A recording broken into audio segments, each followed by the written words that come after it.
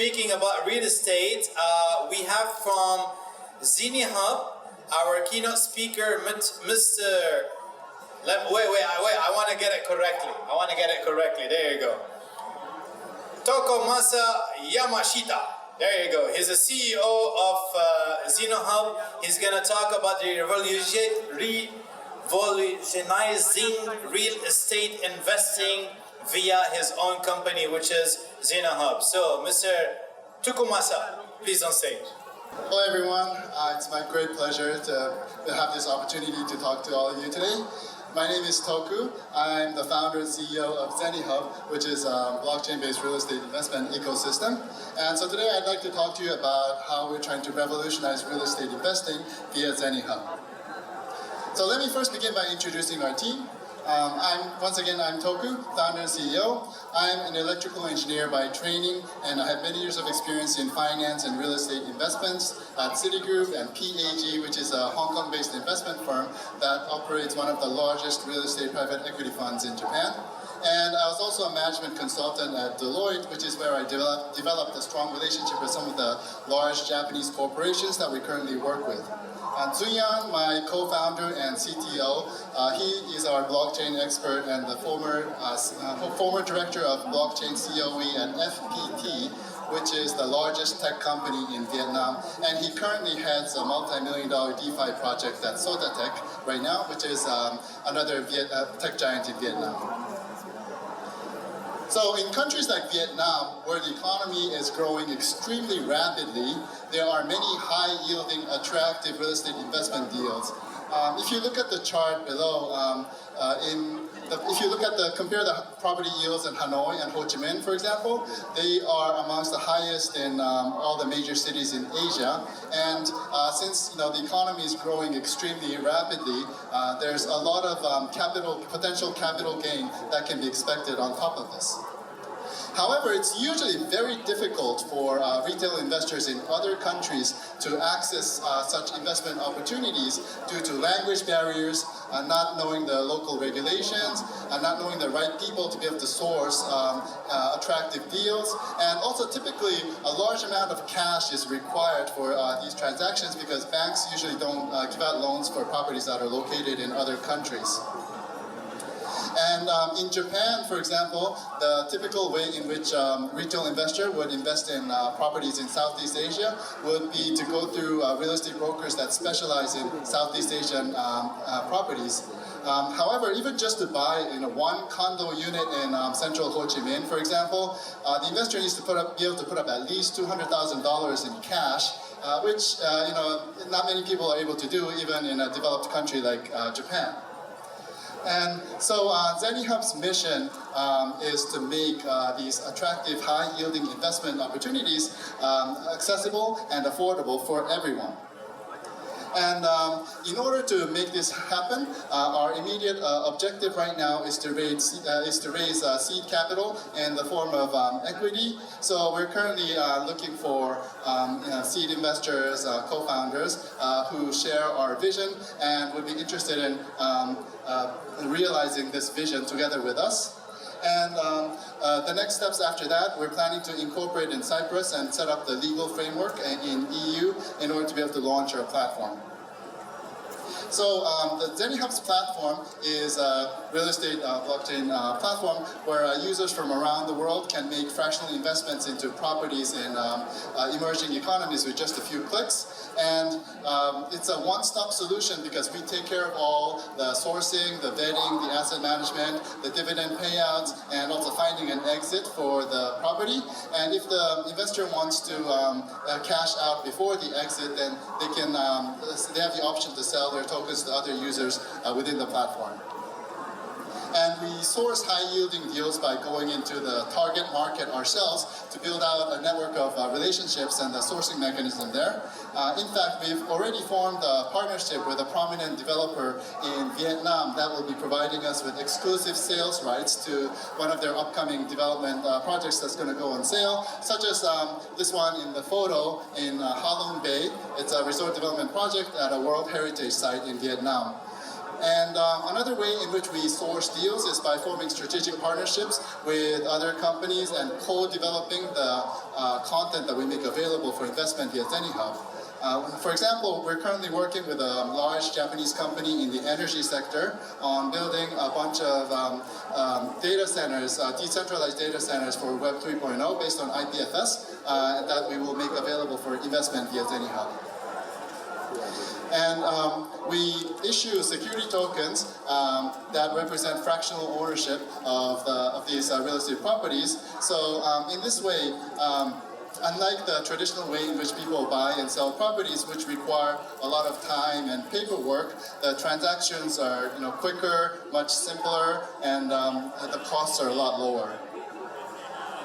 And while there are many real estate tokenization platforms for properties in the US that emerged over the years, in Vietnam, there are only a couple of such platforms, both of which emerged fairly recently. So we're basically trying to tap into this blue ocean that has a great market potential. And another interesting feature about Zenihub is that we're designing this in a form of a hybrid token model, which comprises of both security tokens that are backed by real estate, plus utility tokens that we plan to go IDO. And basically, what we're trying to achieve here is to make every single party within this ecosystem. When I say party, that includes us, the platform operator, the real estate developers, that's who are the content providers bringing investment deals to the platform, and the users who are the investors. So basically, we want to make every party a stakeholder in the business, and so that as the Zenihub business grows, everybody gains some sort of economic benefit. And since we're limited in terms of time here, I can't go into too much details, but if you're interested in finding out more, please come talk to us. And as I mentioned earlier, we are trying to raise our seed capital right now in a form of a safe note with a cap. So if you are interested in finding out more, we'll be at booth number 48. So please come talk to us. And next, I'd like to invite our legal advisor, Simon, who will be explaining about the legal frameworks that we're going to be implementing for Zenihub. That's going to protect the equity shareholders as well as the token holders once we launch the platform. Thank you. Thank you. To regulate the unregulated. The governments all over the earth, they are trying to regulate the unregulated.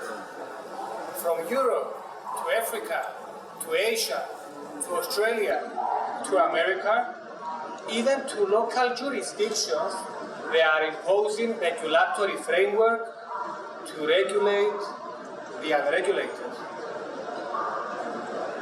What's been originally designed since its foundation date, 13 years ago, Bitcoin technology, cryptocurrency technology, to be free of governments, free of banks, and free from any other intermediaries and any other third parties. They are trying now, since 2017, since the previous bull cycle, to regulate the unregulated.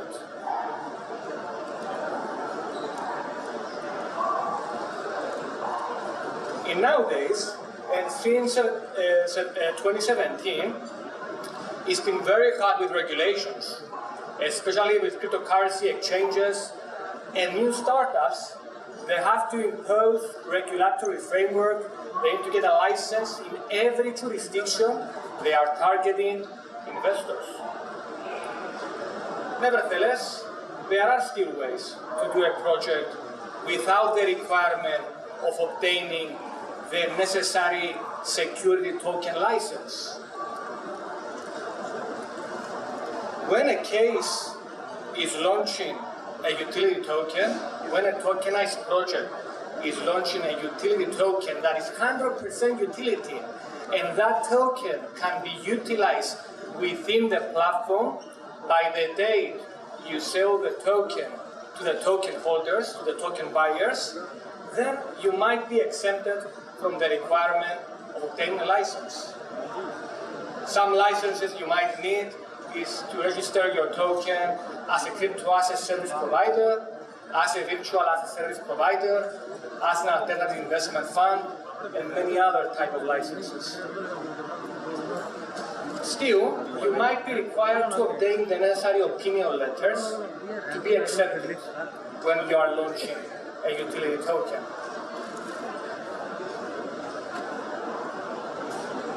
For our project, this is only partially applicable. Our token, as Mr. Tokumasa already explained, one of the two co-founders of the Zenihub project, is correlated with the Vietnamese real estate market and Japanese real estate market, but it's a hybrid model, meaning that it both has a security token connected with a utility token.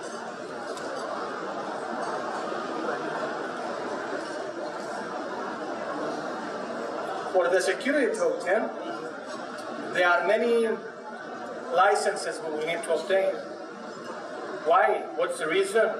Because things, when you are launching a security token, are way more complicated than the traditional tokenization projects that you've been investing for the last 5, 6, 7 years.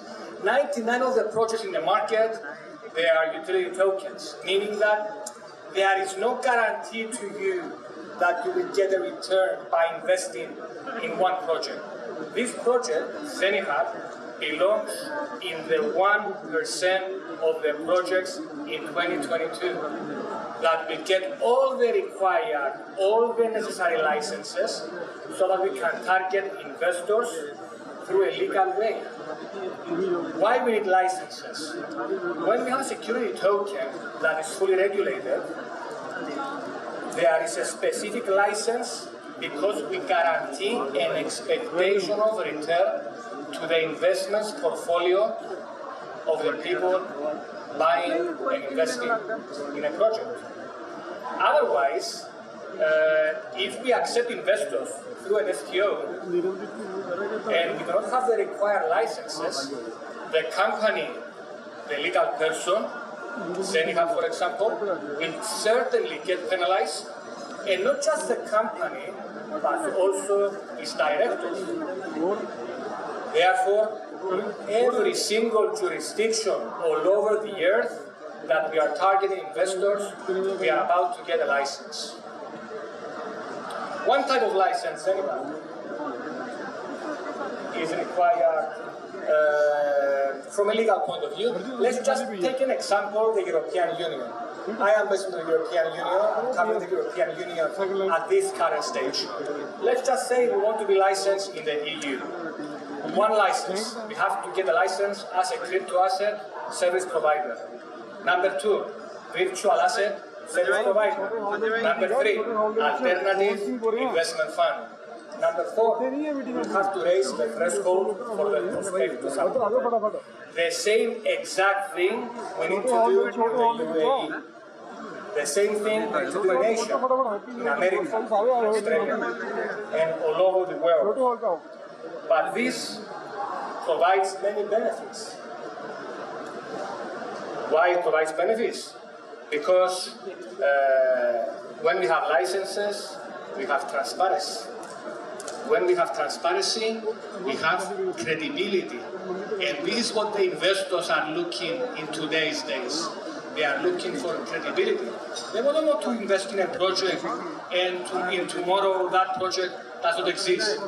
And we see the founders of the projects driving a Ferrari and a Lambo. We want to see real projects that are going to stay in the market, not just the next year, not the next 5 years, not the next 10 years, but to be here forever. And I've been handling projects since 2016, since the previous bull cycle. I'm one of the first ICO experts in the world on ICOonbench.com, and I can tell you with certainty, Zenihub is one of the real projects. I had the privilege to be part of their team.